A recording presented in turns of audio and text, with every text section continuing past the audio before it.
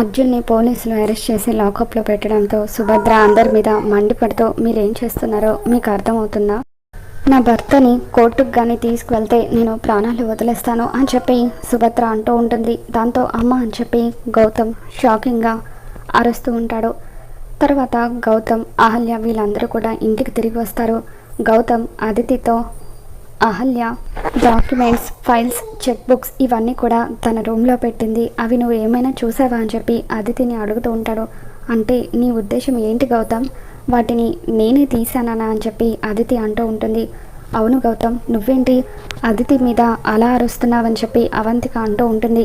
ఇక దాంతో గౌతమ్, నిజం చెప్పు అదితి, నిజంగా వాటిని నువ్వు తీయలేదా? నిజం చెప్పకపోతే నా మీద ఒట్టే అని చెప్పి గౌతమ్ అంటూ ఉంటాడు. దాంతో అదితి కంగారు పడిపోతూ వాటిని నేనే తీశానని చెప్పి గౌతమ్కి నిజం చెప్పేస్తూ ఉంటుంది.